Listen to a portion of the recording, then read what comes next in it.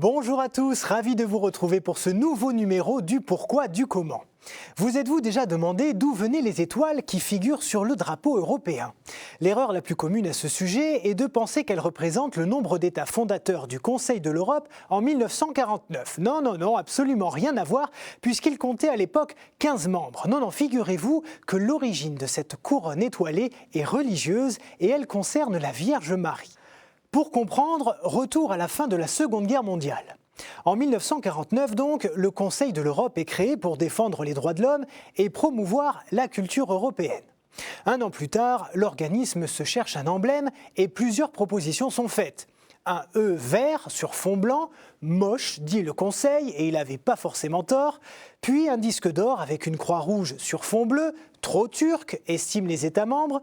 En 1953, l'institution pense à un fond azur avec 15 étoiles pour ses 15 membres, mais l'idée est vite abandonnée pour raisons politiques.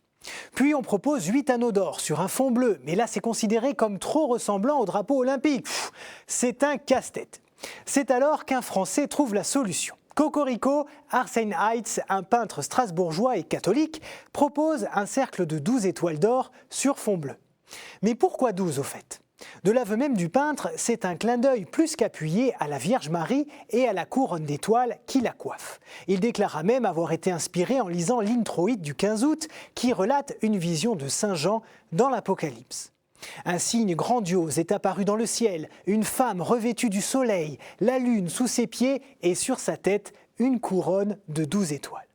Malgré tout, et aussi poétique soit-elle, cette idée d'Arsène Heitz ravive les débats autour de la proposition, jugée bien sûr trop religieuse. Mais le fait est que depuis des millénaires, le chiffre 12 symbolise la perfection et la plénitude. On le retrouve d'ailleurs dans les 12 signes du zodiaque, les 12 mois de l'année, les 12 heures du matin et de l'après-midi, ou les 12 travaux d'Hercule. Mais aussi bien sûr dans la Bible, avec les 12 tribus d'Israël, les 12 fils de Jacob et les 12 apôtres, entre autres. Finalement, et après de longues tergiversations, cette version du drapeau est adoptée le 8 décembre 1955, fête de l'Immaculée Conception, clin d'œil amusant, et elle sera étendue aux autres institutions européennes.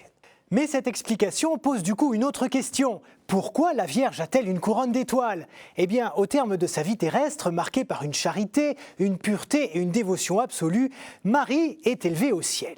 Dieu le Père l'invite alors à recevoir sa couronne, un diadème de 12 étoiles, et la Sainte Vierge devient reine de l'univers aux côtés du Christ, son Fils. Selon saint Bernard, chaque étoile représente en fait ce qu'on appelle un privilège, c'est-à-dire un moment fort de la vie de Marie. Alors je ne vais pas tous vous les citer, sinon on est encore là demain, mais parmi ces privilèges, il y a par exemple la prédestination de Marie, sa parfaite conformité à la volonté de Dieu, son éminente sainteté, sa joie au moment de la résurrection et de l'ascension de Jésus, son règne, entre autres. Voilà, vous avez tout bien noté, tout bien suivi. On résume. Le drapeau européen comporte donc 12 étoiles en référence à la couronne de la Sainte Vierge, reine du ciel et de la terre. Voilà, c'est tout simple. Sur ce, je vous donne rendez-vous la semaine prochaine dans le Pourquoi du Comment. À bientôt pour de nouvelles aventures.